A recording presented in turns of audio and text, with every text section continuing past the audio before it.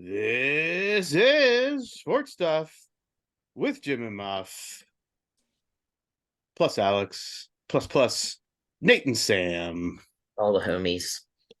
All the homies. Full barn this week. And today is Monday, July 31st, with NFL training camps full swing, which includes all of the injuries. And if you're a Kelsey, definitely full swing. Some contracts getting done up and other contracts not done up. A little bit of that going on. And something new, a new trade request we'll talk about a little bit that has an owner not so excited about this. Was he excited or was he just blasé about it? We'll get to that. But He was not excited is what I said. yeah, but what I'm saying is, like, is excitement even the word for it? Excitement, not excitement, or was it just like, bleh? Yeah, we'll see.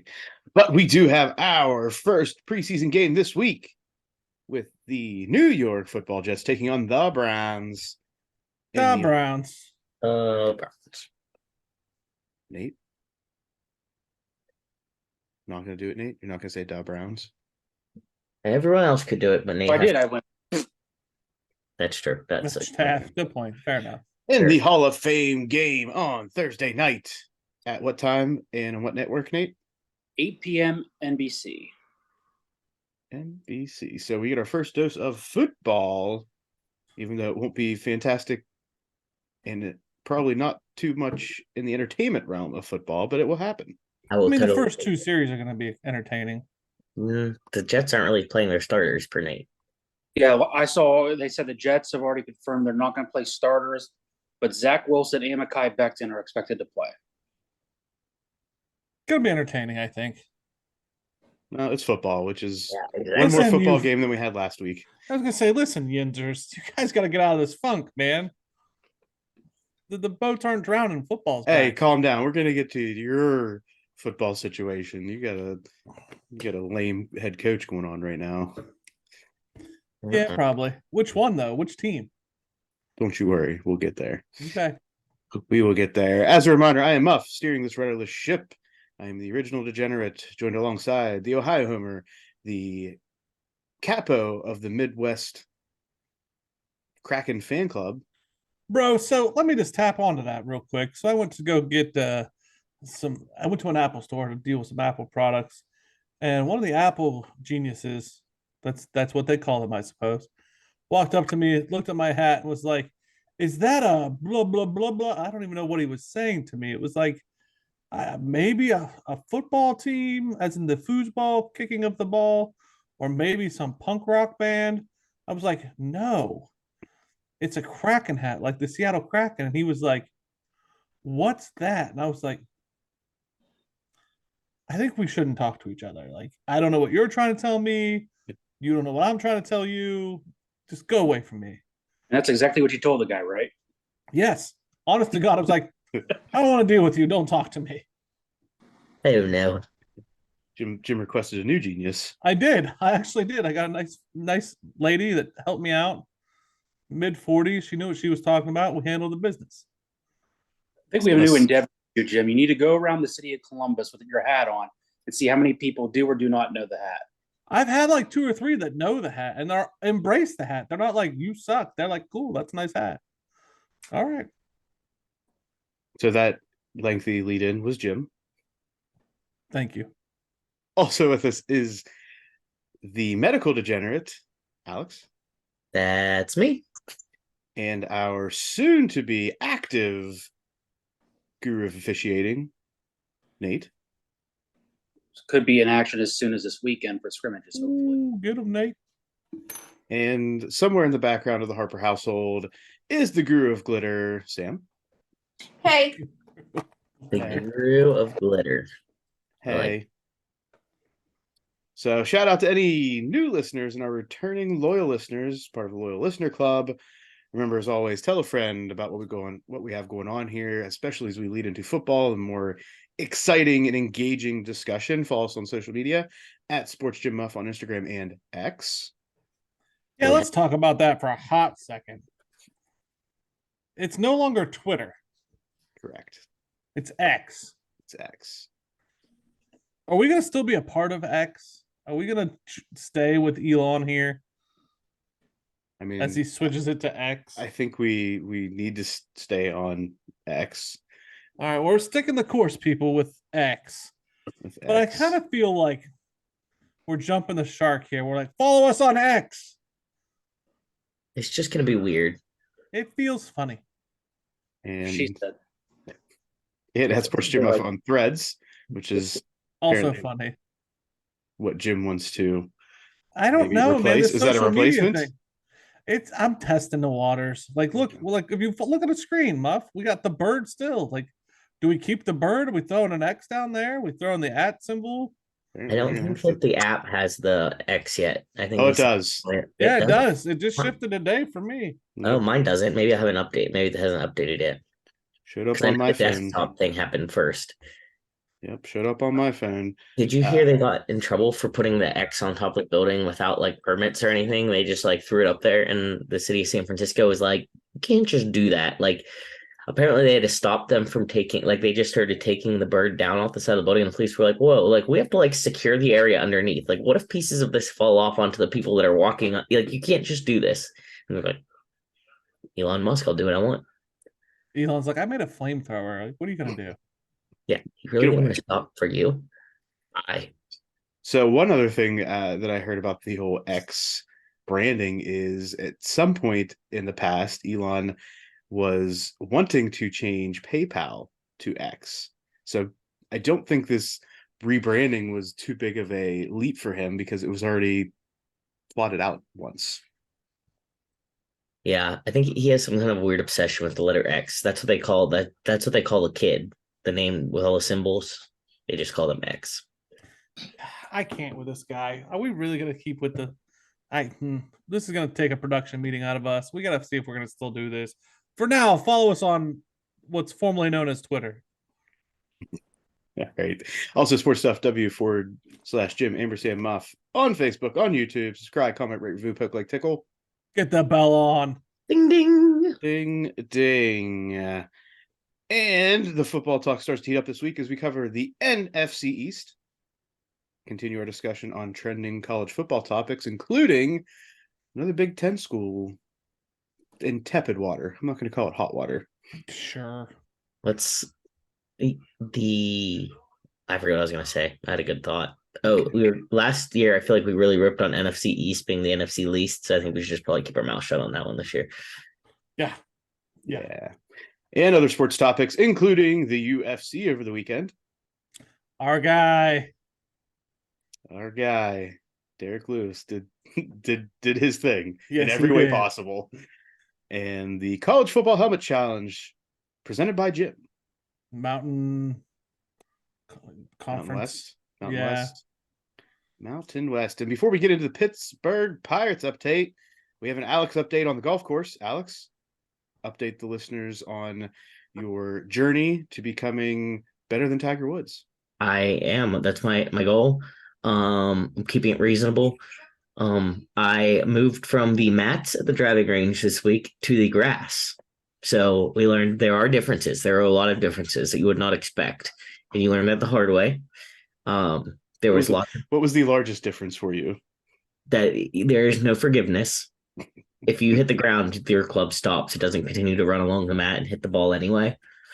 There was lots of dirt flying, but overall, not terrible. The driving went way better. Driving off a tee, I was much better than those little nubby things on the mat. So our next step is going to be putt putt for work with putter, and then we will be moving to the par 3 when I pass the putt putt portion of my training.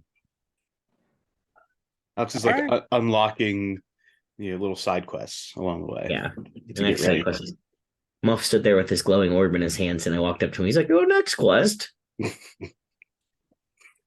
So stay tuned for Alex's trip to the miniature golf course as well as the chip and putt, the par 3 course to come. Pittsburgh Pirates update. The Pirates are 47-58, winning a weekend series against the Phillies during Yinzer-Palooza. So this was like the peak Yinzer situation, Jim, before the Steelers start playing. Yeah. But of There's course, an Italian fest somewhere up there, right? Wheeling. there was one in Wheeling over the weekend. But I think Pittsburgh had theirs too. I'm Really? sure that they have one. Yeah. Yeah. No doubt.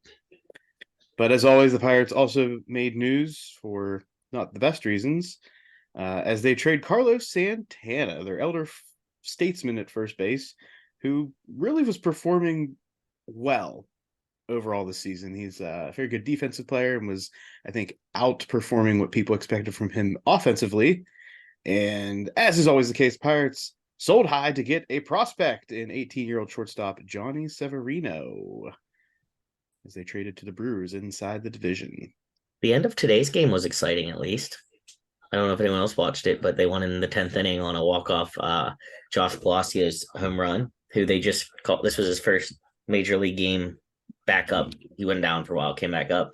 It's his birthday. He hit a single, double, and a walk-off home run. He was one away from the cycle. And right before that, we had a really great defensive play. I was like, It only lasted an inning, but it was fun while it lasted. I went to a Clippers game here in Columbus. Ooh. How was that? I didn't watch a single bit of it. Yeah. What did you do? Socialized. It was so burning hot. They had like middle of the day games. Cool stadium. First time I've ever been. Cool stadium downtown.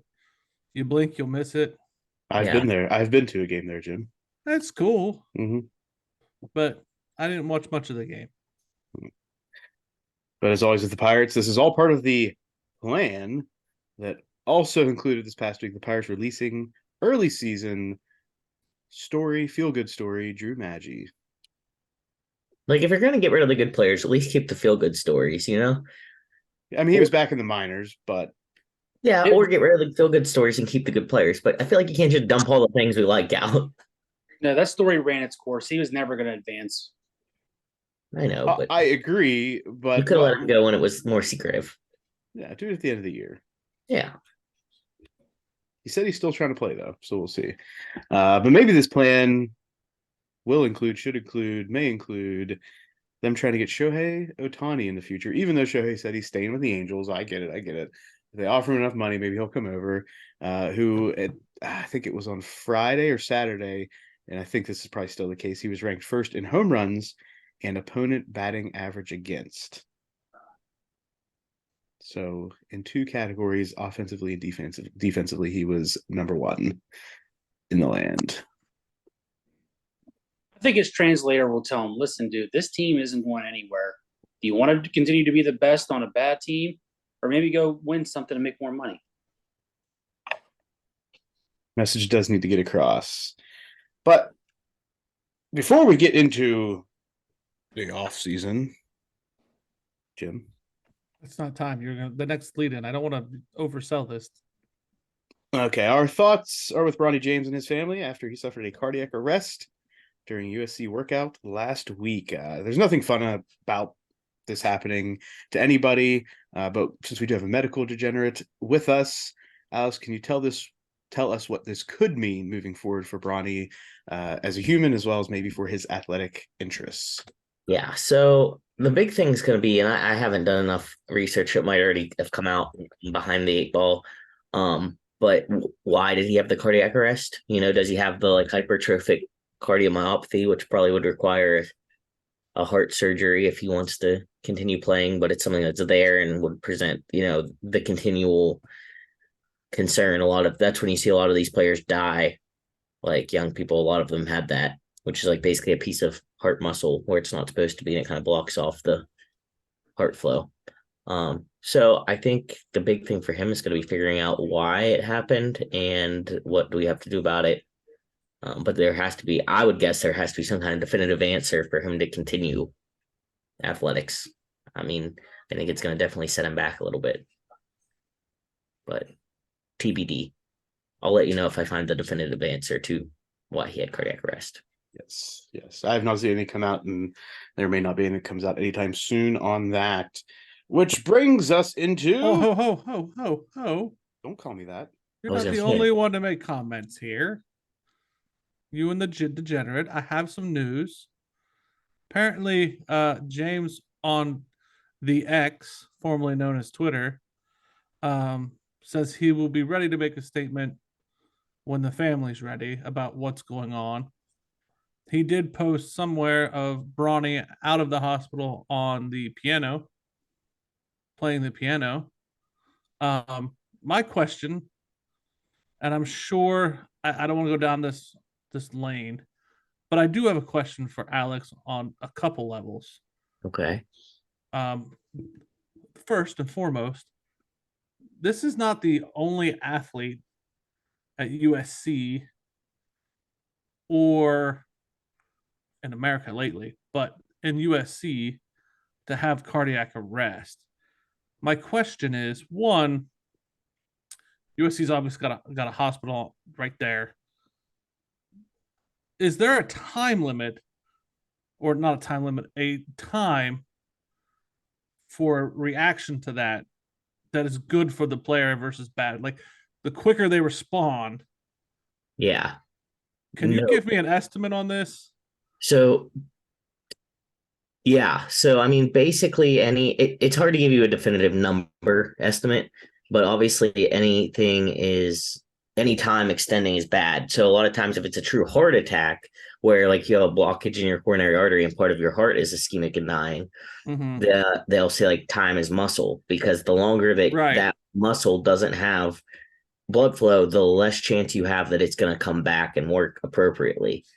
The other thing is you only have so long. So a lot of times someone's in cardiac arrest and you work on them forever and eventually you can get them back. But if they don't have blood flow, good brain perfusion for, an extended period of time, that's where you come into like anoxic brain injury. Right. Because the point of the heart is to circulate oxygen to the rest of your body. So it basically just put like, even if they get your heart beating again, and it's what damage happened to your body in that time frame of your other organs.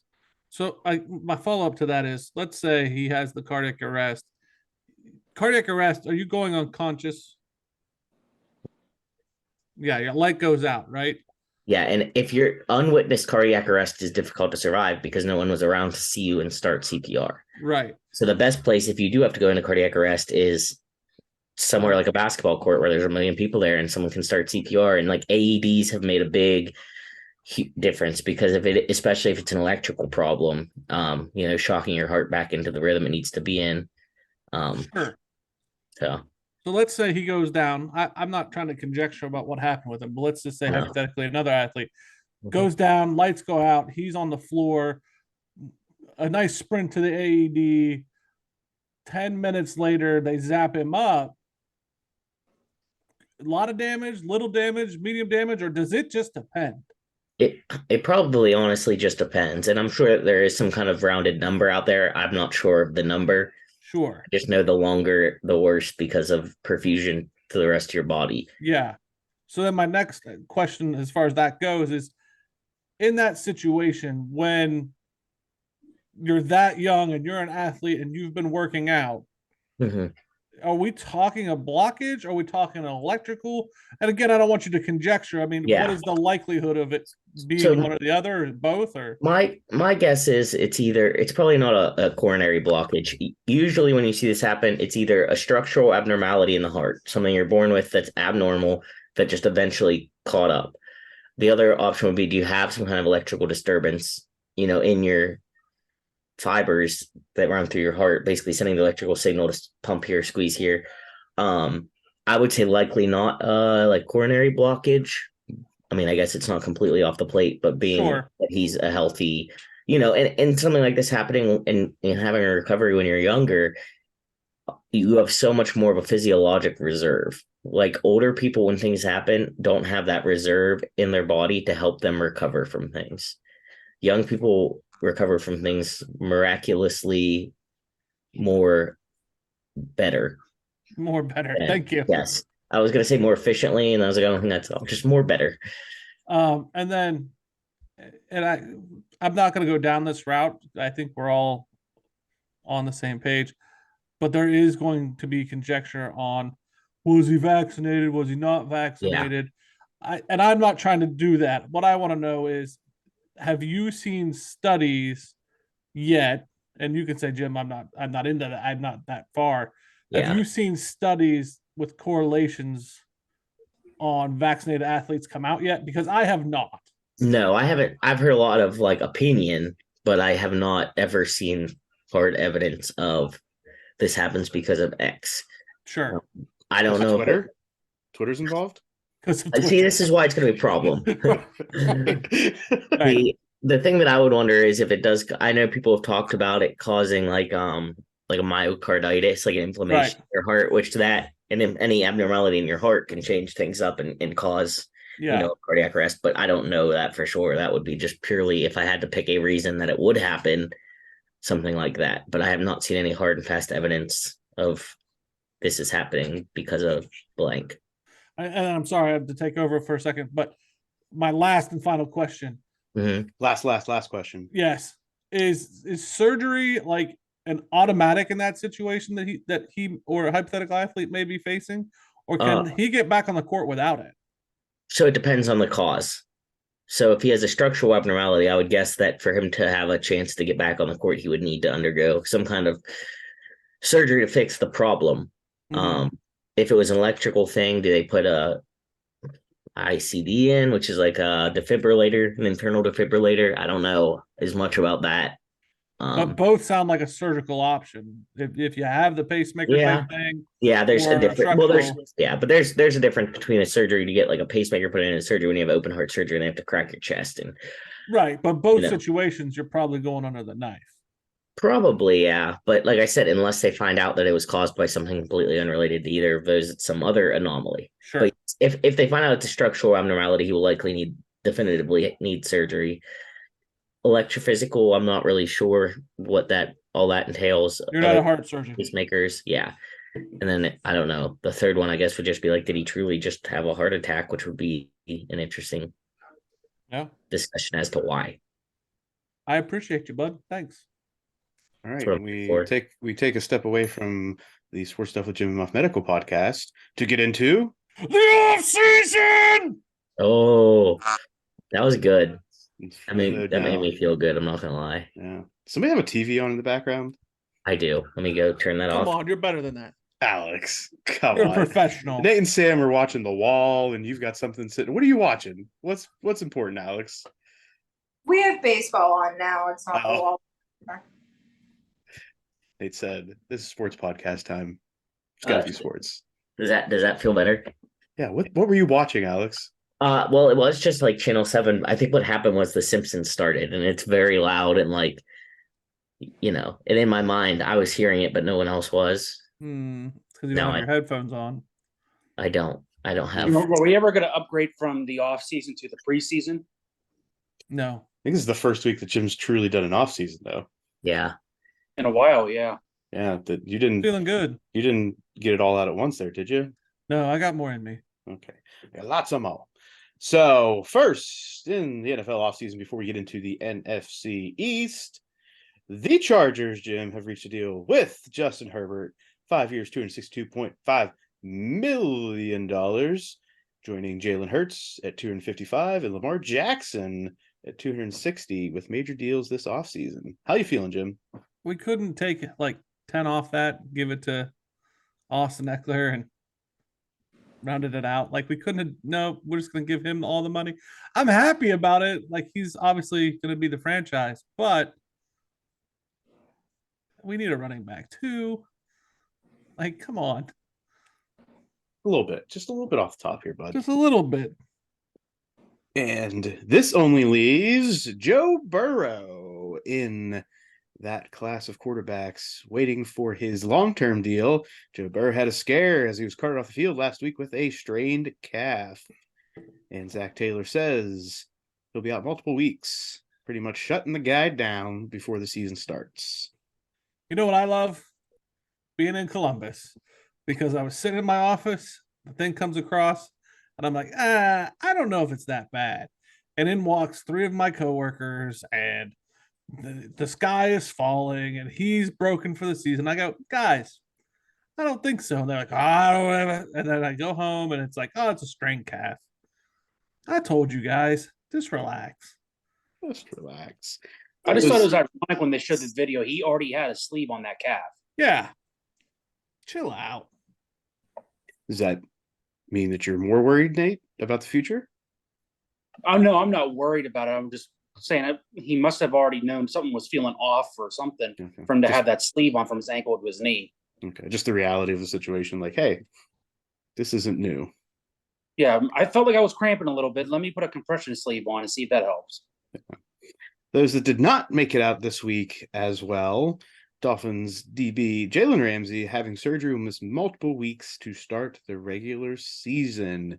Information release says that his ACL is intact, but obviously there's some cleanup work needed for Jalen Ramsey. I believe they said meniscus. Okay, so it's meniscus. I just saw that they said his ACL was good to go, but I did not see what the actual injury was. So meniscus damage it is. Back to the degenerate. We're talking what, 5 weeks For meniscus injury. for cleanup of a meniscus? Yeah, tops. It'll probably be done arthroscopically, so you'll just have the little. If it's just just a meniscus, then 2 dots. yeah.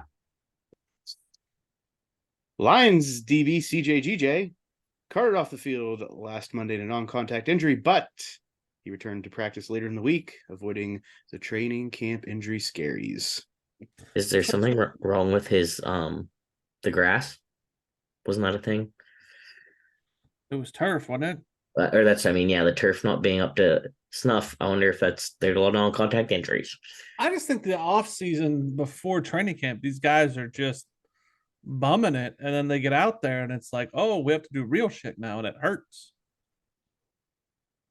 You can't replicate that environment, right? You can't replicate the game. You can't in your training can't put that into perspective. So I mean, you're out there competing probably for the first time since the end of the season.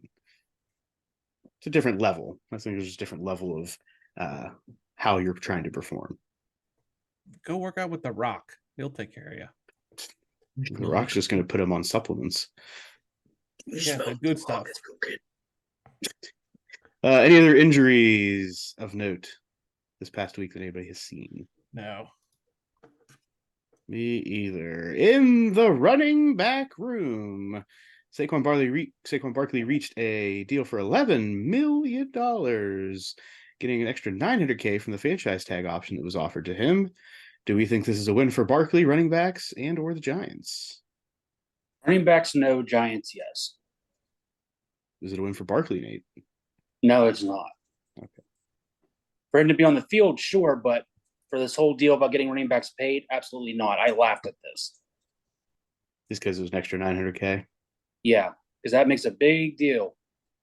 It does inch that along, but it is inching. It's incremental growth as opposed to what I think they were hoping for, which was a little bit more of a splash when they're running I'm back. curious to know what the incentives are.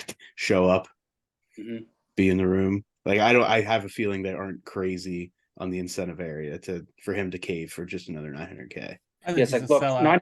$900K. If you rush for $1,000, we'll get you 900,000. Calling him a sellout. He's a sellout. Why's that? I think he could have held out for more money, and now he's ruined the whole market again. He didn't ruin it. Ruining it would have been him taking the franchise tag, and that was it.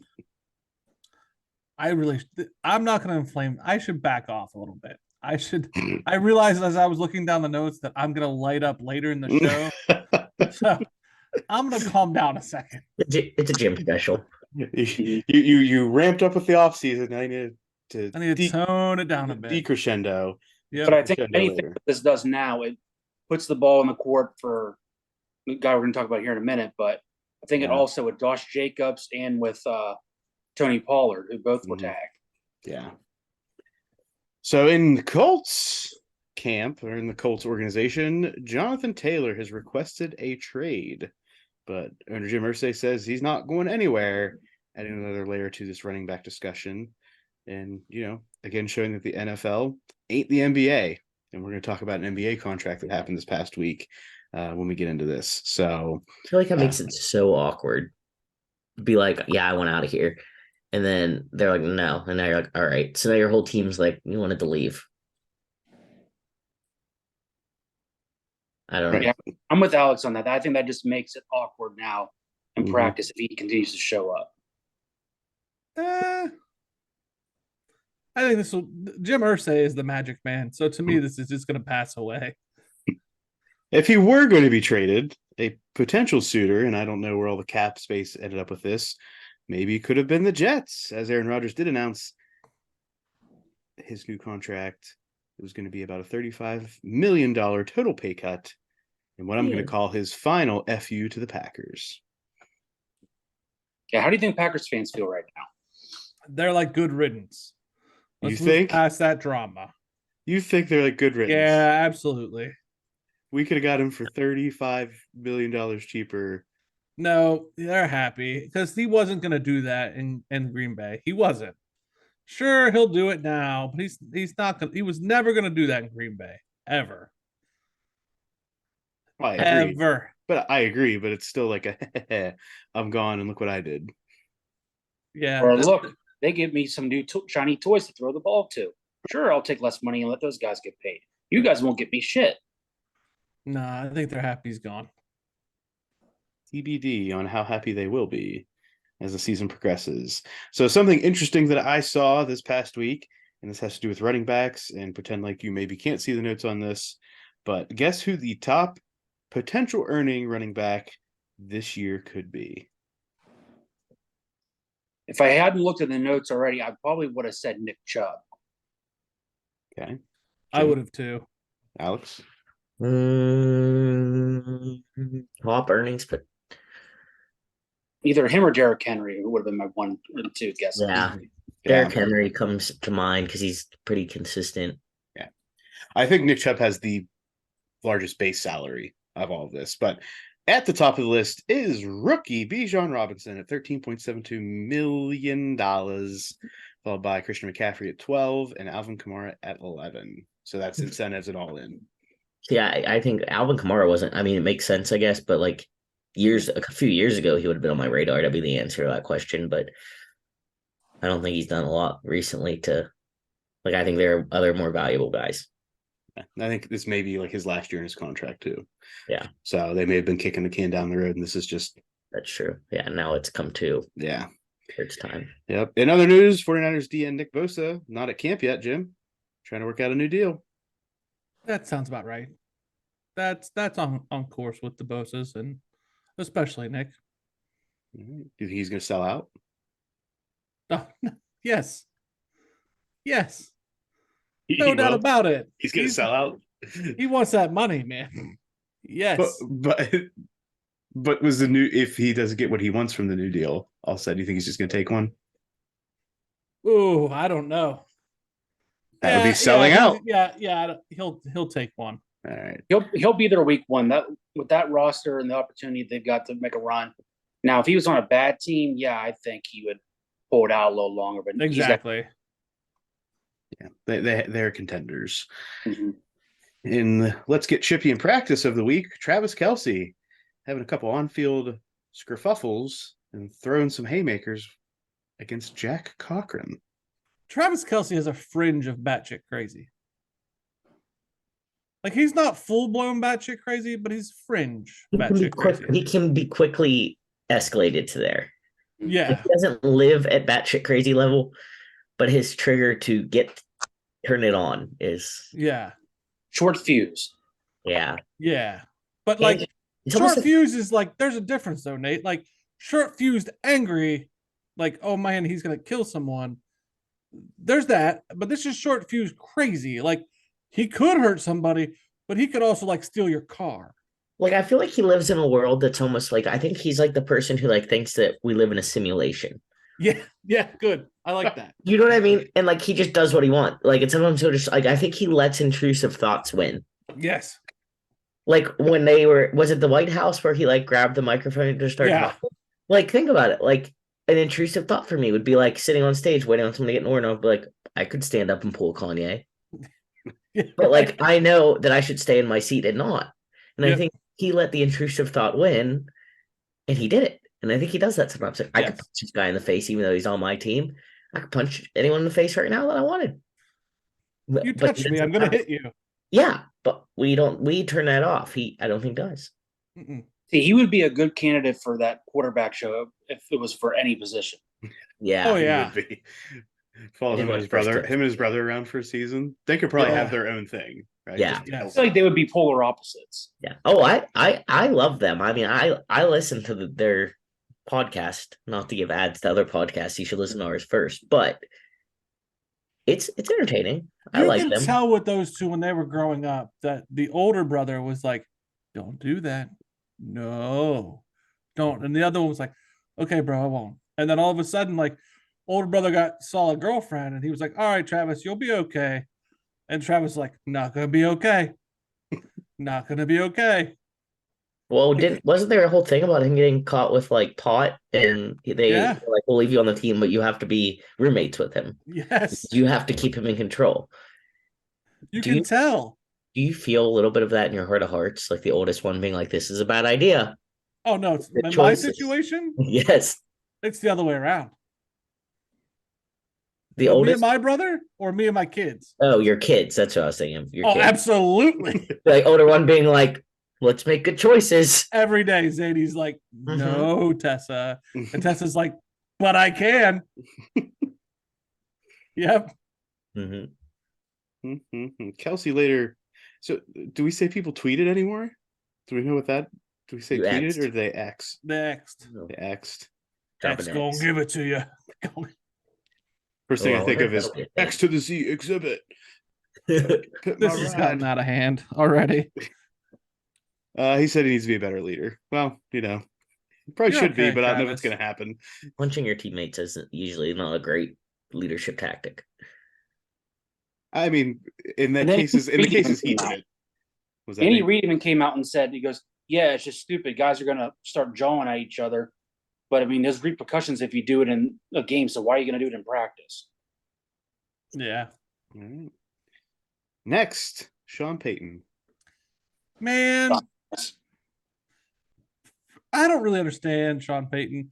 And like, then you're making Aaron Rodgers look good. So like, Sean Payton's really on my shit list.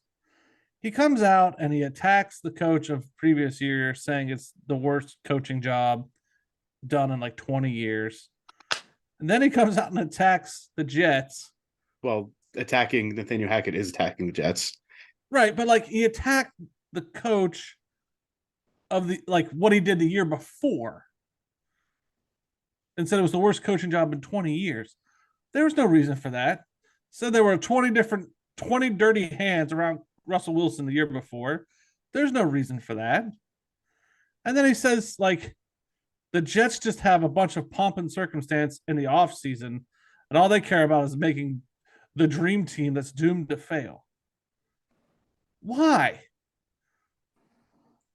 Well, and then I don't- Robert Solage then quotes some rap lyrics. I missed that part. I forget exactly what it was. Somebody may find it, but something about how they ain't popping. He said it at presser. Pretty funny. And then you And I get had to laugh too whenever Sean Payton was saying, "Oh, my bad. I had my Fox commentating hat on." What an idiot. and then gives Rodgers the high ground to be like, that's just sad. Like, I hate Sean Payton now. Like, he's on the list. Just I'm kidding. curious to Aaron see what Rodgers. they play each other. I think they said like week 5 or 6. I think it's week 5. Yeah. Yeah, let's see how this pregame handshake goes between Saleh and Payton. It's There might not be one. Yeah. Would it be funny if you sent out Hackett for it? That would be even better to me. I would love that. In other news, before we move on to some other things, another guy who's on my list and has forever been on my list, Kevin. Now, though, whatever he is at the Bears. There was a TikTok of Kevin. I hate Kevin. Okay.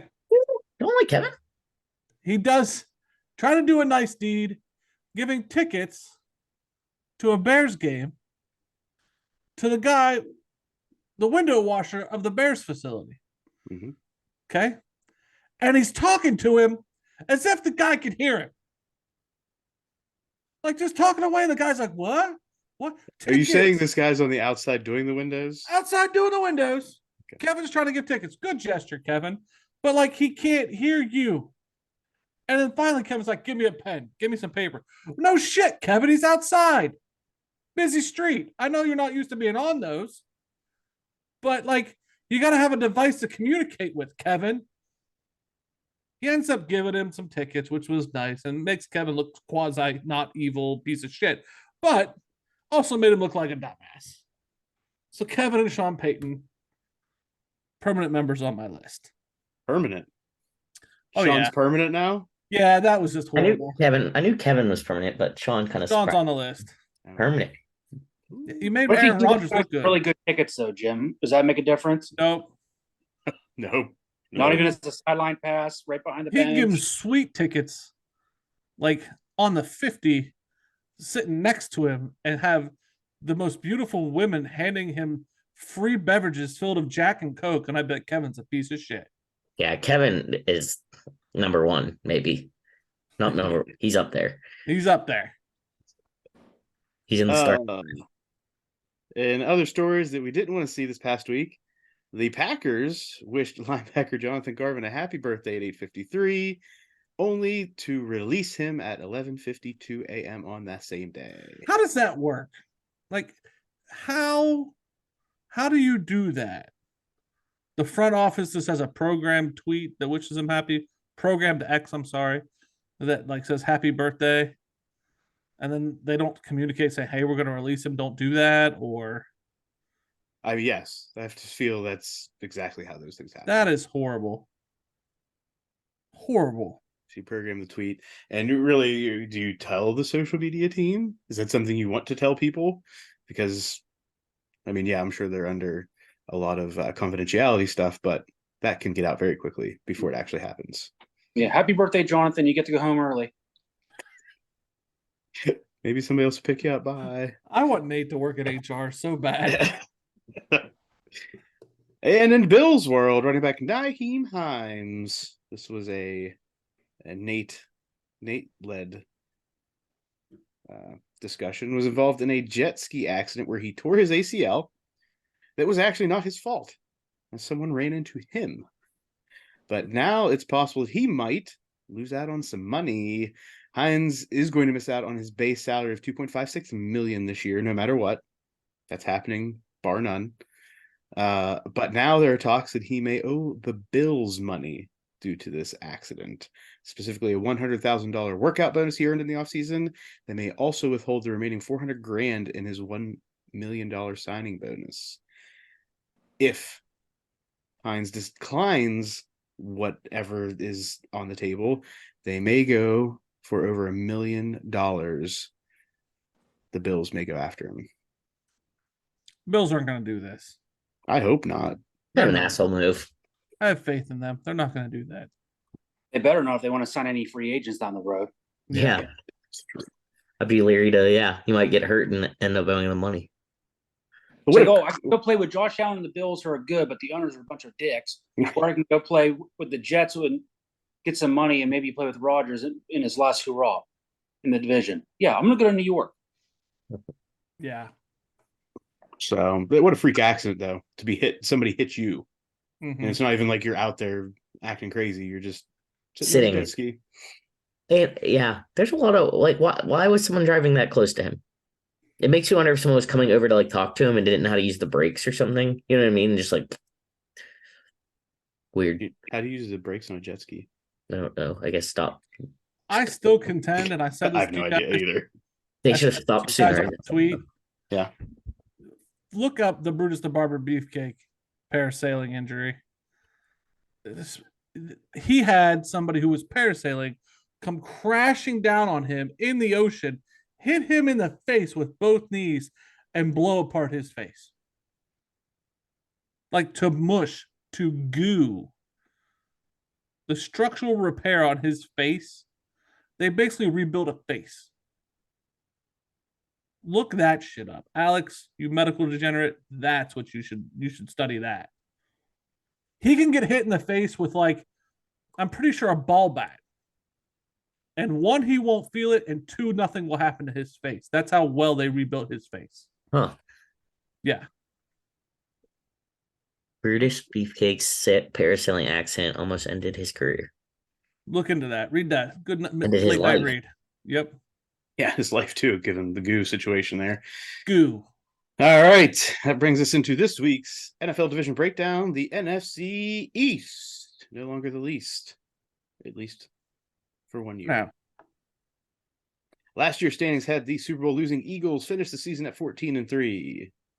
Obviously, the best record in the NFC, followed by the Cowboys at 12-5, the Giants at 9-7-1, and the Commanders bringing up the rear at 8-1. A good year for the NFC Beast, as they had 3 teams in the playoffs.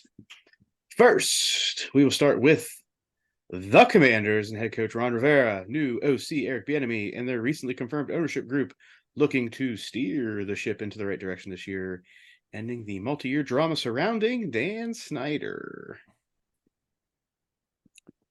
Key additions. Fall on your list, Jim. do what? Where's Dan Snyder fall on your list? I don't like him, but I can't say that I hate him. Fair enough. Some additions for the Commanders in the offseason: linebacker Cody Barton, center Nick Gates, tackle Andrew Wiley, and quarterback Cameron Dantzler. Key loss, or just a loss, Dan Snyder. I'm not sure he should have made the list, Muff, but okay. He's a loss. Maybe not Sure. key. Maybe not a key loss. In the draft, they picked up quarterback Emmanuel Forbes from Mississippi State, Jartavius Martin, DB from Illinois. Again, we don't go over the full draft, but just the first 2 or 3 rounds, depending on what's going on. Players of note for the Commanders: quarterback Sam Howell, wide receiver Terry McLaurin and Jahan Dotson, tight end Logan Thomas, D ends Chase Young and Montez Sweat, Cody Barton, the aforementioned linebacker, as well as Emmanuel Forbes, who's slated to step right into a starting role in his rookie season. Good. Next. Good. Don't even talk about him, huh? Scary Terry's okay. Chase Young may or may not play, depending on how he holds up. Quarterback sucks. Enemy's nice, but it's going to take him some time. I mean, I don't think Sam Howell is going to be the next Patrick Mahomes by any stretch of the imagination. No. Do you think Sam Howell could turn into a serviceable quarterback? No. Potentially, but I don't think it's the splash that Washington needs. No. I think they should tank Part of me Tank thinks for Sam who? Howell- for anybody. Well, that's going to be the thing that people have already been talking about. They're going to tank for Caleb Williams. Wouldn't be a bad pickup. EBD, the Giants. Obviously, they now have Saquon Barkley available for this season and hope to build on last year's playoff entry. We'll see if the NFL Beast continues this season or if it will be a dogfight as it's been in the years past. Key additions for the Giants include tight end Darren Waller and wide receiver Paris Campbell. Key losses, none of note. They did not lose an owner. They did not lose anybody that jumped off the page. In the draft, they picked up quarterback from Maryland, Deontay Banks, and center from Row That Boat, John Michael Schmitz. Players to note, obviously, we have quarterback Daniel Jones, running back Saquon Barkley, wide receivers Isaiah Hodgkins, Darius Slayton, and Paris Campbell, Darren Waller at tight end, Kayvon Thibodeau, and Bobby Okereke in the linebacking core, and DB Xavier McKinney, who I believe is coming off a injury last season. Outside of Daniel Jones, I think this offense should be pretty good. Yeah. If Daniel Jones can just keep it together. I still think they're running at a deficit at the wide receiver positions. Remember, they had like the highest paid wide receiver room. It did nothing.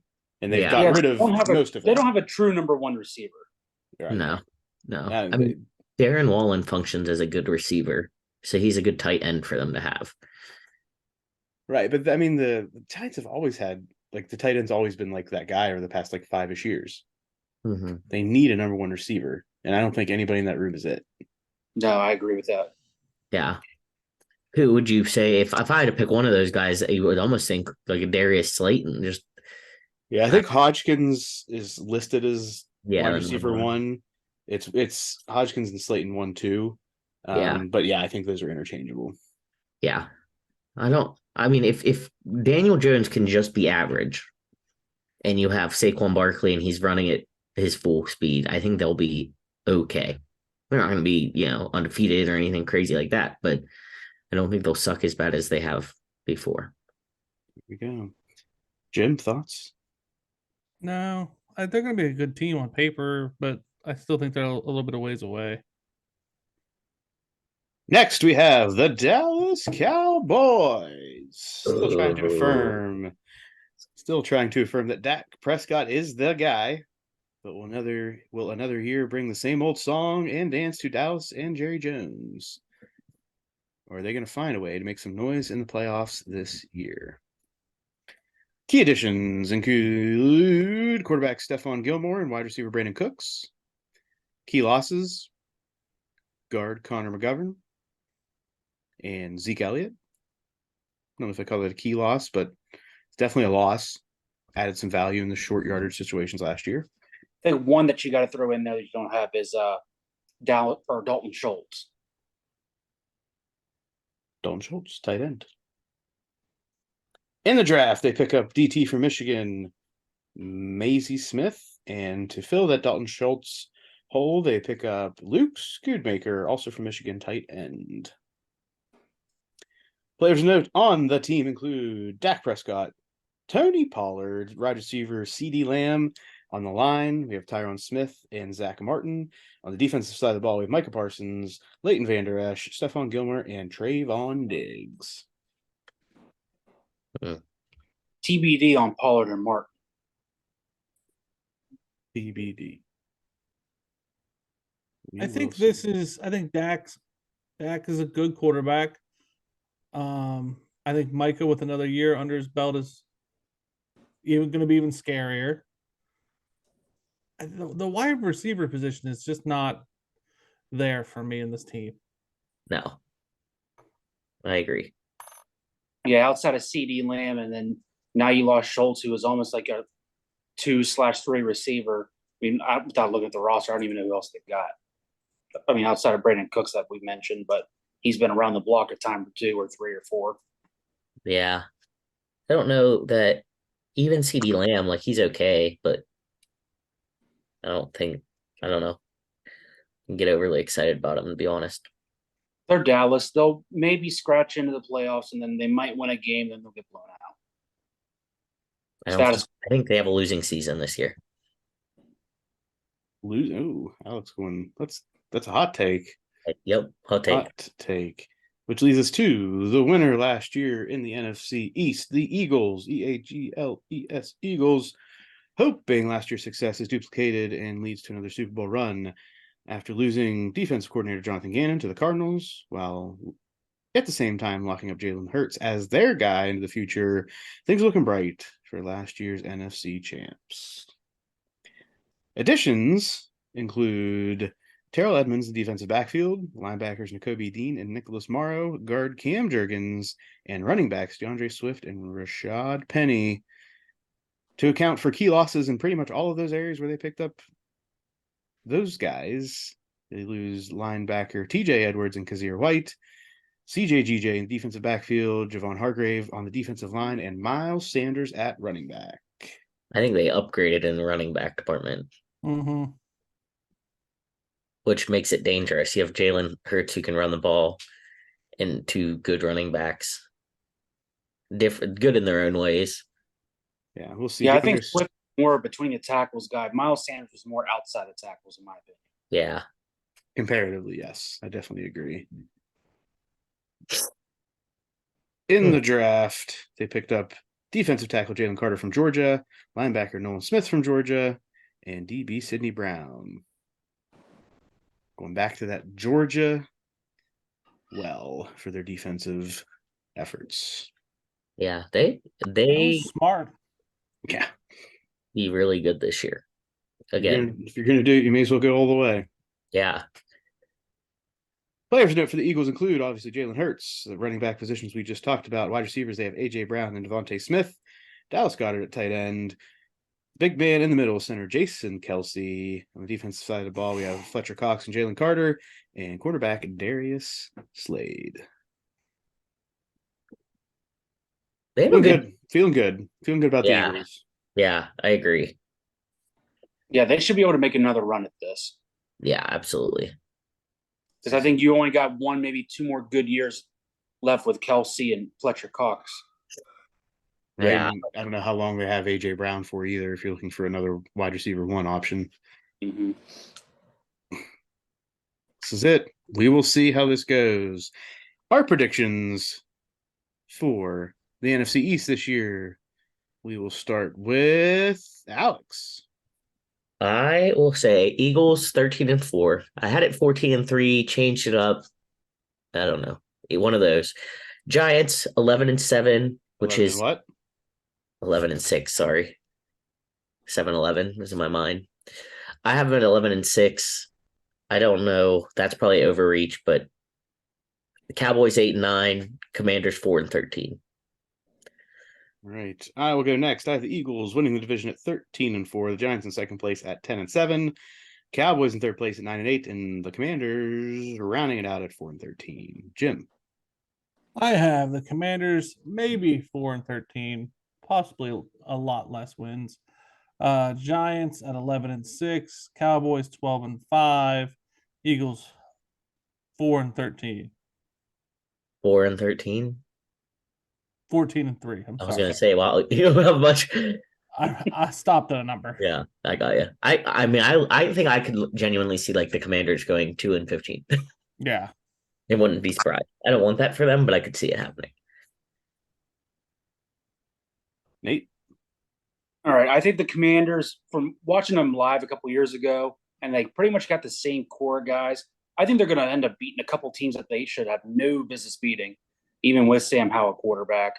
So I got the Commanders, obviously still losing, but 6-11, and followed up by the Cowboys. I was going between 8-9, 9-8, but we'll go 9-8.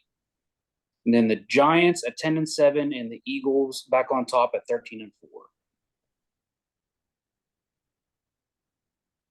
That's fair.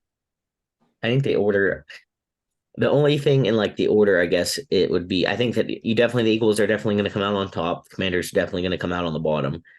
I think it'll be that Giants Cowboys. Either they could both suck or both be competitive for that second spot. Yeah, it's gonna be. We'll see. This could all just go down the tank again, where just the Eagles dominate and everyone else hovers around that 500 below 500 mark. Yeah. So more will come next week. We will be chatting more about the AFC East. Get ready for the AFC East next week, which brings us into college football discussion. Is this where you want to get excited, Jim? No, I'm not excited. There's a lot of topics in here that are not excitement worthy. They're aggravating. You'll be excited, but not in a positive way. No. Agitated. First off, Michigan head coach Jim Harbaugh is expected to face a 4-game suspension for a level 1 violation from the NCAA stemming from COVID recruiting violations. And what exactly did he do? Does anybody know what this man did? No. Probably met with somebody in person when he wasn't supposed to, or did too many visits, or I don't know. So nothing substantial, right? 4-game suspension for nothing substantial. Nope. I mean, it was one level 1 violation as far as what I could read. Not 200 of them. There weren't 200 of them in the other case, Jim. Oh, I'm sorry. 18 of them. My fault. Let's suspend this guy for 4 games. And you know what, man? Like, as much as I hate defending him, this is ridiculous.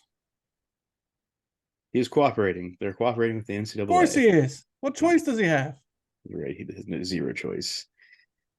On the other side of this rivalry, Ryan Day says the game should gain consideration to not be in the last week of the season. Is this a strategic move, or is Go Blue in his head after a couple straight losses, Jim? I think this is more for scheduling flexibility. He's got to go to California now. So I think he's saying he's trying to get us, the nut jobs, to try to get used to it so that he can go to California and be done. So he doesn't have to go to California in the beginning of the year and then have that weigh on his players. I think that's my assumption. I think it's soft. Put it out there, Jim. Mm-hmm. I think it is too, but at the same time, I wouldn't mind seeing it like open a season. Because I mean, honestly, who wants to watch like Michigan versus I don't know who they play a couple years ago, Hawaii? Like, who wants to watch that? And same thing, like, who wants to watch Ohio State play Akron first or second game of the year? Would you rather play it earlier in the year, Jim? The Michigan game? Yeah. I would be okay with like an October version of it. I would not be okay with an August or a September, version of it. Okay. I think part of this is strategic in lobbying. That way, if you do lose a game earlier in the season, you still have time to raise your stock. Yeah. For the selection committee. Also maybe. true. I think Michigan's always going to be a contender, though. Like, historically, they've always been a contender for Ohio State. So I don't necessarily agree with that. I honestly think this is a travel situation. So that, because like, if you lost to Michigan in October, the rest of the Big Ten's not going to help you bring it up. Depending on maybe a USC if you play them that year. Penn State has a better opportunity than USC at this point. Right. Like, but even then, so even a Penn State, are they going to raise you up? Yes. This year. Theoretically, they should be a quad 1 win. Yeah. I don't know. The same way that if Penn State loses to Michigan and they beat Ohio State, are they going to, and that's in the current system. I don't think so in the current system. I think maybe in the tournament, seeding wise, that makes sense, but not right now. Okay. Just my opinion. In another story that seems to be fizzling out, or at least I haven't heard as much noise about it, Minnesota head coach PJ Fleck has been called out by former players for a cult-like atmosphere that included punishing them with running, asking them to wear matching gear during workouts, and sports, sacrificing their individuality for the team. Is Row the Boat coming under fire?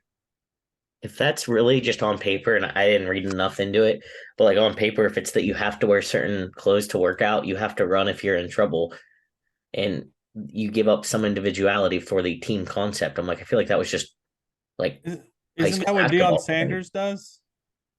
Well, apparently there is an NCAA rule about the running as punishment, but I've got to imagine that this is ingrained in a lot of programs still. I mean, in high school basketball, I had a practice uniform that I was expected to wear every day. If we didn't do well, we ran sprints, and they wanted you to play as a member of the team. So like, I'm all about like, there's obviously lines where it turns into like an abusive situation, but also like, you're signing up to be part of a team and play sport. Don't get too soft.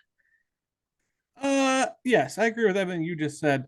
I think when you say Fleck has a cult, I think Fleck is very capable of that cult mentality just by like the general aura he carries. But if the cult behavior is what they're listing here, he ain't there yet. No. So I agree with you. But I do think Fleck is one of those guys that you got to keep your finger on.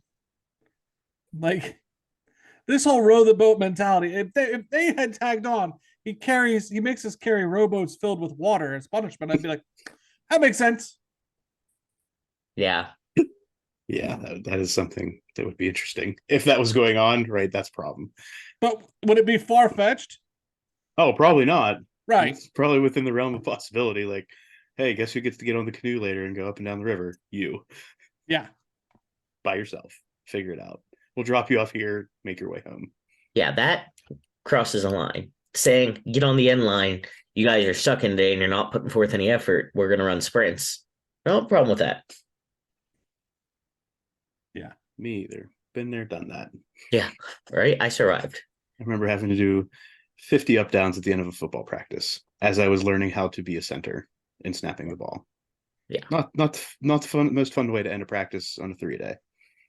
Yeah. No. You know what I have to laugh. One of our punishments in high school football during practice is you had to go hold up the goalpost with your finger. So you had to go stand with a finger on the goal Okay. and hold the Gotcha. goalpost Oh. up for the period of practice. For that period of what, like 20, 25 minutes? Whatever it is, yeah. Wait, Okay, whatever, however long. explain this to me again. So instead of like us running as punishment during practice or whatever, you would have to go put your finger on the goalpost and the coach would yell, "Hold it up." How's So that basically- punishment? I mean, there were still guys that had to run afterwards, like if you missed weigh-ins or whatever, but it It's was just funny annoying. because you're not getting in like any of that team period or whatever. Like if we're installing new plays or new formations or anything, Oh, I got it. you got to go sit over there and put your finger on the goalpost. Yeah, I'm okay with that too. I like that. You like that? I like that. All right. Colorado. Going to be a future participant in the Big 12. Giving them the TCU matchup they were craving to start this season in the future. With this move pending, Pac-12 is in big trouble moving forward. Another domino falls in the Super Conference future. How do we rate this move for Colorado? I think it's the best logistical move they can make. Yeah. If I'm WVU, I'm screaming, "Get me out of here!" That's what I'm screaming. Surprised that Jim has that thought. And if I'm Cincinnati, I'm saying this is a dumb move. Dumb. Well, I mean, if you're Colorado and Dion, I mean, you're not going to downgrade and go to like the Mountain West or something else. No, yeah. Power 5 out there. So, I mean, it makes a complete logistical sense unless they went. I don't even know where else they could go. That makes sense. Yep. But Cincinnati, WVU, get out, because the Pac-12 is going to be going that direction. And don't forget UCF. Yeah, get out of there. Let's go back to some East Coast conferences. Let the Big 12 pick up the remains of the Big 12 or the Pac-12. What's your reasoning for saying get out of there? Logistics and geography, that's all. Yeah. I'm not trying to bang on WU right now. I'm just saying the super conference is coming. Yeah. So let's start moving the pieces now. Speaking of pieces, things moving, legislation and discussion, Jim, I think, has some spirited thoughts on the PASS Act and just general congressional infiltration into the NCAA. You know what? We're a small podcast. We are a small podcast. We have like 200, 300 followers, listeners. Most of them are our family who feel bad for us, I'm sure. Okay. But we have been saying for three years, Muff, we've been doing this. Been about a little over 3, yeah. That this NIL thing is going to get out of hand. The NCAA is not going to be able to handle it because they're morons. And we've been following the trajectory of that course. And 3 weeks ago, 4 weeks ago, they went, "Congress, come save us." And we all went, "What are you guys doing? These people can barely run a country and you want them to come into this." And what happened was they got together in a bipartisan effort and wrote a couple bills. And bipartisan means both parties got together and shook hands in a monumentous thing and wrote, "We're going to write some legislation." That should have been a red flag. Okay. You should have known right then you're getting screwed. This is what Tommy Tuberville, former coach of several football teams, and Joe Manchin, your guy in West Virginia, Alex. And Nate. And Well, Sam. I don't really count them, but we'll move on. They wrote what they call the PASS Act. And let me give you some of the highlights of the PASS Act and what it does. It protects student athletes, wink, wink, by requiring collective and boosters to be affiliated with colleges or schools. So no more of the private collectives or boosters. Establish a national standard for NILs. Standard. And it's sounds like something you can legislate, regulate, and have people pay money to be. Probably have to have a license to do that, right? Oh, probably. We're against licenses for some things, but not for this. All right. Preserve Title IX and ensure that nothing in the PASS Act affects the rights of any student or any program funded through Title IX. Not sure how it does anything. They're just going to make sure girls learn on this too, basically. Trust me. All right. They're going to protect higher education by ensuring schools, conferences, associations are not liable for their efforts to comply. Okay. Prohibit NIL agreements that involve. If that says, hey, there's not gonna be a $50 million fine if you screw this up. Right.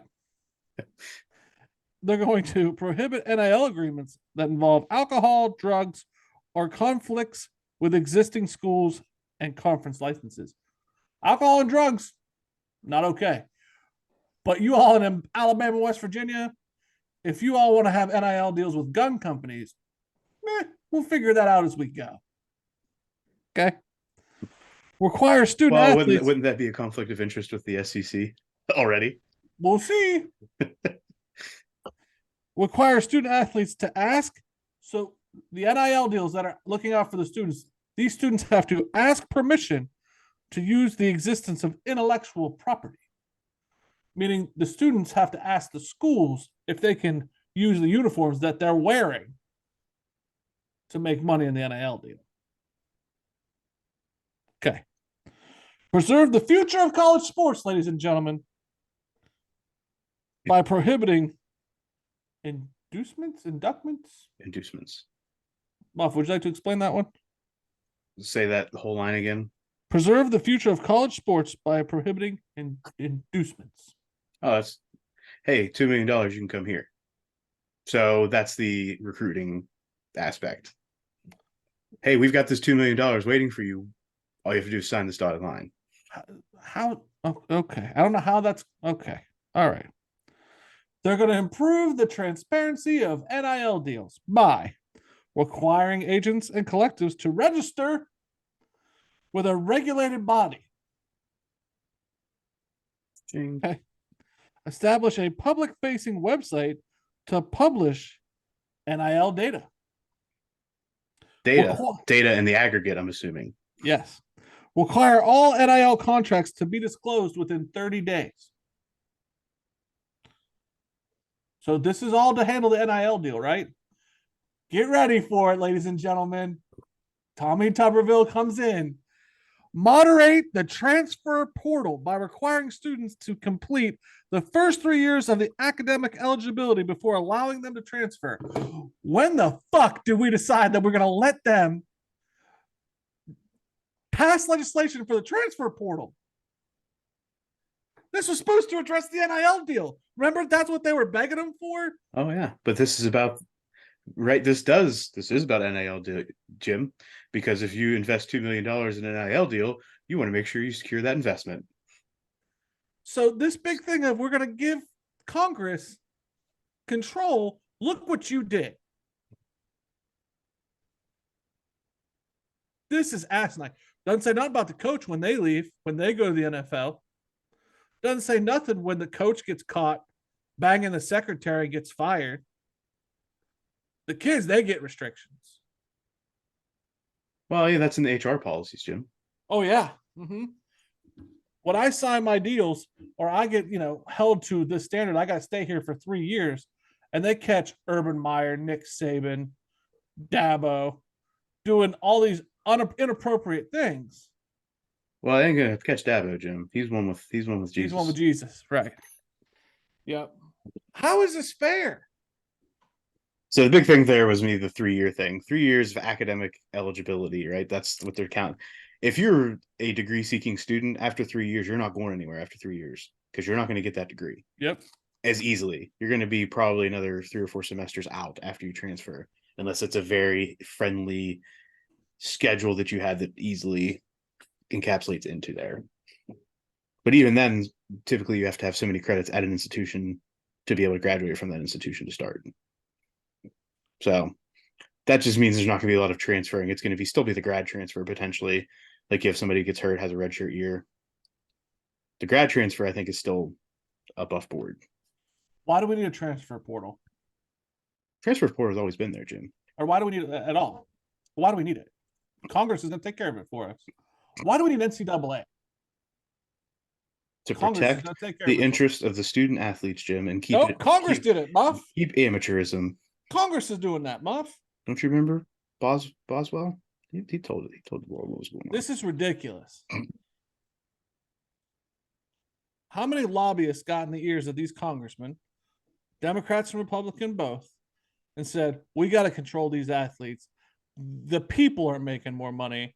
We got to give it back to the companies. It's ridiculous. I don't care what side of the aisle you're on. This is not America. This is ridiculous. This is capitalism. This is capitalism. That is America, Jim. Nah, man, this is wrong. This takes away all kinds of personal freedom. Well, it does take away the free market economy in respect to this. It's bad. And they did it. We told them, you don't want to do this. They crashed that bus hard into it. So this week, and my rant. This week we've had the political corner with Jim. I'm sorry. I didn't want to be that way. And medical talk with Alex. Yeah, we're just really hammering down on our specialties. Diversifying our portfolio in the podcast world this week. Well, what do you guys think? Like, I don't want to be that guy. I don't want to be the angry redheaded dwarf that's just screaming. But like, Not a dwarf. You're angry and redheaded, but you're not a dwarf. Well, he's a self-proclaimed redheaded dwarf now. Let it be writ. What do you guys think? Sure. Am I wrong? No, I mean the regulate, like you gave it to the government to regulate, knowing that they were going. That let me rephrase that. Knowing you should have known that they were going to put the screws to it, and they were going to figure out a way for the government and the people that are in their pockets, or that they're in their pockets, however that goes, are going to benefit from this. Which, in the end, we know with politicians is going to be big corporations and everybody that is already rich and just wants to find a way to get a little bit richer. Yeah. And the kickbacks are obviously going to come back to these congressmen in some way or another, whether it's through contributions or whatever it's going to be. So yes, we all knew that big money was going to win in this. Exactly what you thought would happen when you involved government and something happened. And now, right. There are parts of it that I don't think are terrible ideas. I think that there should be a transparency with NIL deals. Sure. I think that. But whose control of that transparency would you say? I think it's a guideline, a rule that the university should be keeping up with who's getting what. And, because, and the other part I agree with is part of me says it is acceptable to have to ask permission to use the university. It's the same thing both ways. The university has made their brand. Like, right. You didn't make it. Now, if you want to use it to further your NIL, whatever, that's fine. But I do think there's somewhere where the university can be like, yeah, like, we pay for a marketing department. We pay for a team to create these uniforms, make these uniforms, whatever. If you're going to go out and use them, we're going to have to at least be signed off to say, okay, yeah. Because if you take that away and they go out and do something dumb and it's reflecting on the university, they don't have any reproach to be like, hey, I think there does need to be like checks and balances and kind of control over the situation. Do I think that the government should be doing it? No, I don't think they really have do you know what I mean? Like, I don't think the ideas are all stupid. I think it's stupid to say that that's something that the government should be concerned about. Yes. I'm going to toss this out as just a hypothetical, and this is very tongue-in-cheek and a bit hyperbolous. But Alabama player strikes up some type of NIL deal with Smith & Wesson.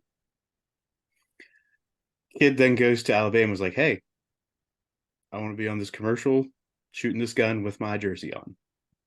Do we really think that Alabama, even though they probably should say no, is going to say no? Because how many tens of millions of dollars are they going to miss out on if it comes out that kid couldn't wear that Bama jersey? And how many congressmen are going to get involved? Yeah. Whoa. No, we need Bama with that gun. Yeah. Yeah. He's shooting that rifle. Oh no, go roll tide. We need that in there. If we can have him shooting that the tree down Auburn, it'd be even better. Right. To me, it's just, and I know I have the political background, the political science background, but to me, what's asinine, and Muff, I'm sorry, but to me, what's asinine is if you vote Republican, the very nature of this bill should chap your ass. If you vote Democrat, the very nature of this bill should chap your ass. Like both sides of this should chap your ass just by the way you vote. And like this thing will go because, in essence, we can't have all them kids making all that money. Or I like my sports being amateur. The times have changed. Let's get with it. And let's stick to our principles a minute. The government shouldn't be involved in this at all. That's what I'm probably the most pissed off about. It's like the NCAA, an organization that couldn't handle their business, turned to the government to bail them out. Is this banks? Are these banks? Are they a bank? They're a Muff, nonprofit. They're a nonprofit. Pisses me off. Like, let them handle their shit and let the whole thing implode and let them start over. We'll probably get a better college football experience. That's my opinion. And on the other side of this, we will have the College Football Helmet Challenge with the Mountain West Conference. Welcome to the Mountain West Helmet Challenge. As usual, the coin will handle all disputes. The light. It's the coin, Muff. So, with that being said, is there any questions? Nope. No. I don't remember all these teams. Does anybody get any crazy buys this week? No, we're doing a three-way in the end. Okay. Perfect. Just how every challenge should end. Yep, with a three-way. You're gonna have to help me out because I don't remember all these teams. Is it a bicycle helmet? Yeah, for the mountains. It's a mountain bike. Don't worry, Jim. I'll help you. Okay. Thank you. All right, so first up, Air Force. Air Force. Get them Air Force Ones. Air Force Ones versus Hawaii. I'm sorry, I have to go with the Air Force because Muff. it's the Air Force. Muff, this whole patriotic thing, the people are going to know who you want to win the whole thing. Patriotism aside, I'm the only one. The helmet. I'm the only one that said it. How I mean, are they already moving on? Patriotism. You're going to guilt them. No, patriotism aside, I was going to vote for Air Force because I like the helmet better. I was too. I think that H is See just what weird. I mean, Muff? You've already set the fucking tone. Oh my gosh. I spoke first. Sorry about it. All right. Boise. I lobbied well, just like Boise State. Hey, God bless. Boise versus Colorado State. Boise. Ooh. Muff. I need to do a quick recon on the alternates for Colorado State. They're not great. I just like that one. That helmet there it reminds me of like the old school St. Louis Rams. I mean, Yeah, that Boise State helmet in the picture, Jim. You didn't do them any justice. What do you want me to do? There's not a lot of great ones available. I'm just saying, I don't think they've used that logo on their helmet for a while. I like that one, Nate. Okay. Does it remind you back of the Statue of Liberty play? Yes. I'm going to go with Boise State. So it's down to me. I'm going to go with Boise State as well. Okay. Nevada versus Nate. Is it Fresno State? No. No, that is New Mexico. New Mexico State. No, just New Mexico. Yeah. The Lobos. Yeah, New Mexico State is not a member of the Mountain West. Thank you. I'm not sure what the top helmet is that. That's a wolf. It's Nevada Wolf. But is that I know, but is that black on top for real or is that That's blue? It's blue. Okay. I'm gonna go with New Mexico because I like that matte gray that they have going on there. I'm also going to go with New Mexico. I'm on Nevada. I am too. Go to the coin. No. Alex. Light side New Mexico. Ooh. Go Nevada. Ah. Well, that takes out like my favorite in the whole thing, I think. All right, Nate. Go ahead. This San Diego State on top, and then on bottom is San Jose State. Hmm. And I am going to say, I know Jim likes his blackout helmets, but San Diego State has a very cool looking Aztec. Yeah, the Aztec helmet. Yeah, that's my vote. San Diego State. Yeah, absolutely my vote, and it's going to be my vote the whole way. Well, Damn. shock. Spoiler. Spoiler alerts, right? I'm sorry. I'm also on San Diego State.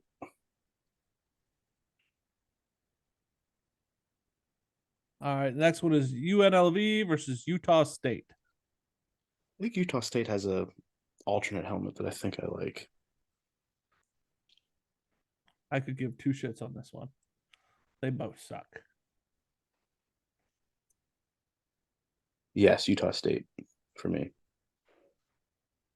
My vote's whatever Alex's is. I like Utah State. I like the colors better. So that's 3, right? Move it on. Wyoming versus Fresno. Yes. Fresno State. I am picking Fresno State because they're the Bulldogs. And yes, they have other helmets, but this one has a Bulldog on it. Go Fresno State. And if you don't like this helmet, you hate my dog. Wow. That was I mean, a leap. That's a And leap.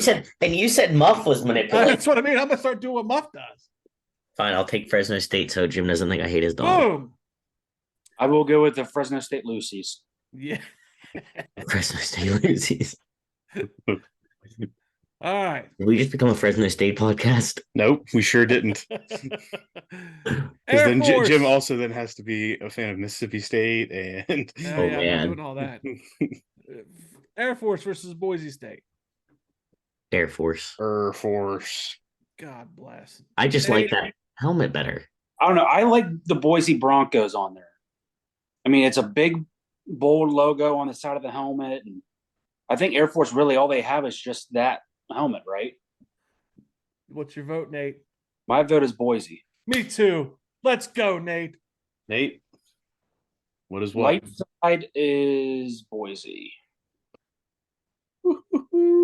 Air Force. Ah, the coin let us down, Nate.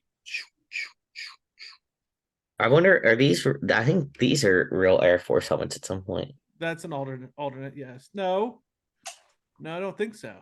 Is it not real? I don't think it's an alternate. Yeah, you're right. You're right. I'll give it to you. Nevada versus San Diego State. We know what Nate's voting. I'm voting with Nate. Give me the whale's vagina. San Diego State. San Diego. What? San Diego. Oh, I was like, Anchorman, anybody. Anchorman, anybody. So San Diego State's Aztec helmets are really cool. I just looked them They up. are legit. All right. Utah State versus Fresno. I'm on Utah. Give me This Johnny all- Utah for the win. Hold on. Get the Bulldogs in there. I'm going with the Lucy's. Boom, me too. Let's go, Alex. Don't you let us down, or we're going to the toss. All right, hold on. I do have to. Let me just Google real quick Utah State football helmet and make sure that I don't They see anything. suck. They're pretty much all the same. So I'll go with the Lucy's. Boom. Even though I like Utah State's colors better, I will say the Bulldog They helmet are is good more colors. creative. All right. So in the vicious three-way, That's not good. Air Force, the Lucy's, and the Aztecs. This is hard for me. I'm sticking with the Aztecs. I knew that. Alex, I'm struggling. Go to Muff. Muff. San Diego State. Yeah, I get. I don't know. Part of me wants to say with the Air Force, not because of patriotism. I just like the lightning bolt look. I'm doing it. That's my pick. San Diego State moves on. Because you picked the Lucy's, huh? No, I like the Aztec helmet. It's badass. It is cool. And that is your winner of the Mountain West Championship. Next week is the Sun Belt. Ooh. Then Sun Belt. Then it's Conference USA, and then the Big Ten. Then the Big Ten. Come to Penn State. So let's get pumped. Get pumped. And as Jim gets out of that, we're going to get into other interesting news in sports. Interesting news in sports. Starting first in the soccer world, as current Liverpool player Kylian Mbappe is weighing a possible deal of about $776 million that includes about a $300 million transfer fee for the French star from, you guessed it, the Saudi Soccer League. Nothing is ink to paper yet, but this is another major soccer star attempting to be lured to Saudi soccer. Blood money. It's crazy that these transfer fees are outrageous. Like, that's money that they have to pay to his current team for him to go there. If I were a team that's not there, I'd be like, hey, you want that Saudi deal? Go get that Saudi deal. We want $300 million, sir. Yeah. Please and thank you. We can do a lot with that. Right. It's $1 billion that they would be paying. Messi decided, I'm going to go to MLS and play Miami. Wow. That's some major coin, gents. Major coin. Moving on into the baseball world, the Mets send pitcher Max Scherzer to the Rangers in exchange for shortstop prospect Luis Angel Acuna, with the Mets receiving some cash and the Rangers taking on $22.5 million of Scherzer's current contract. With this trade, Scherzer is now being paid by 3 different teams at the moment. $15 million from the Nationals, $28 million from the Mets, and $15 million from the Rangers. First time any athlete in a major sport is being paid at least $15 million from 3 different teams at the same time. That's the ultimate flex. Nice.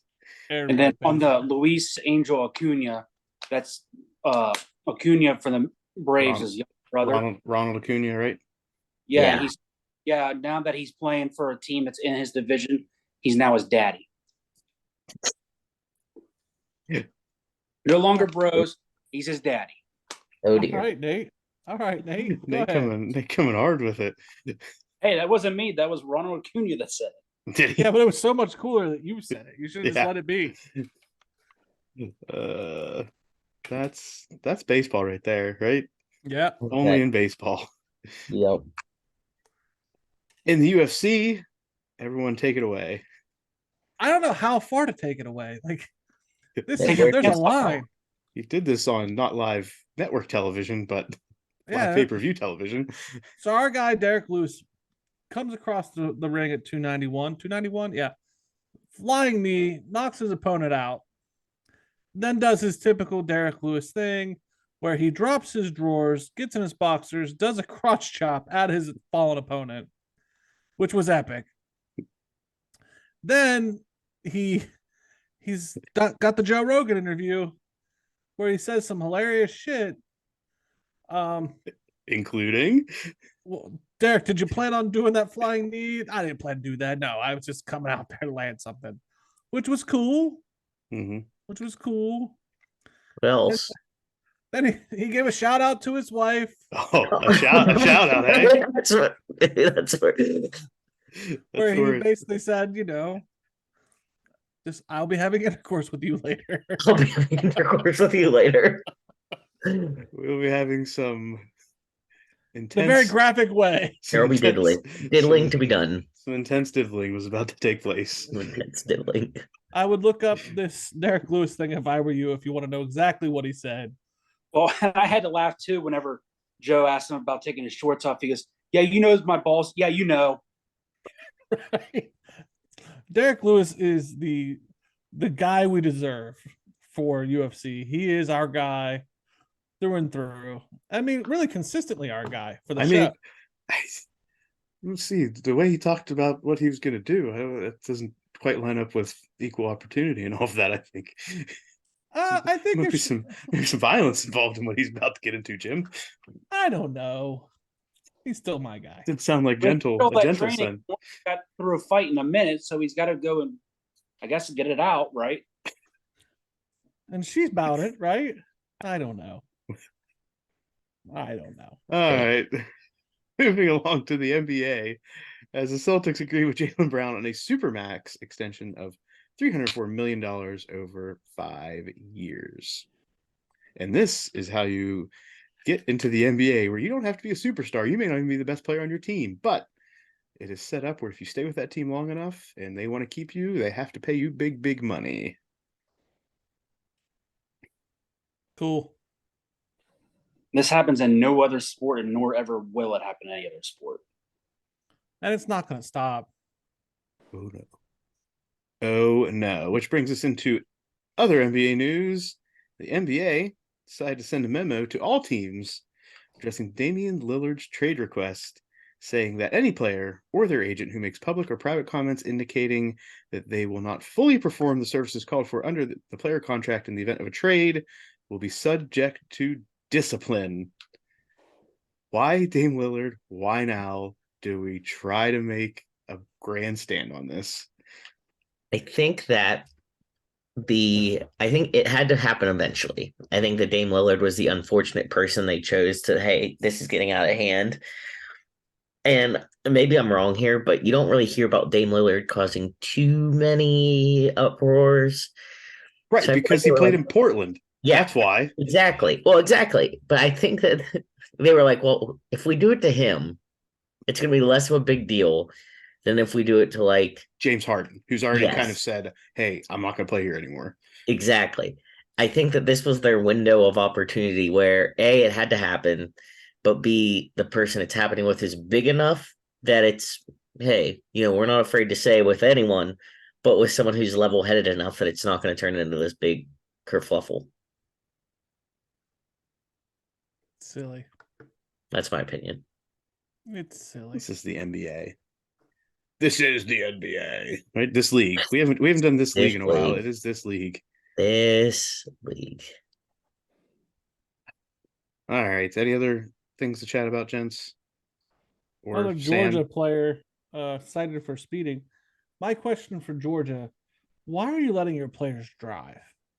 At this point, Just stop it. strike up a deal, right?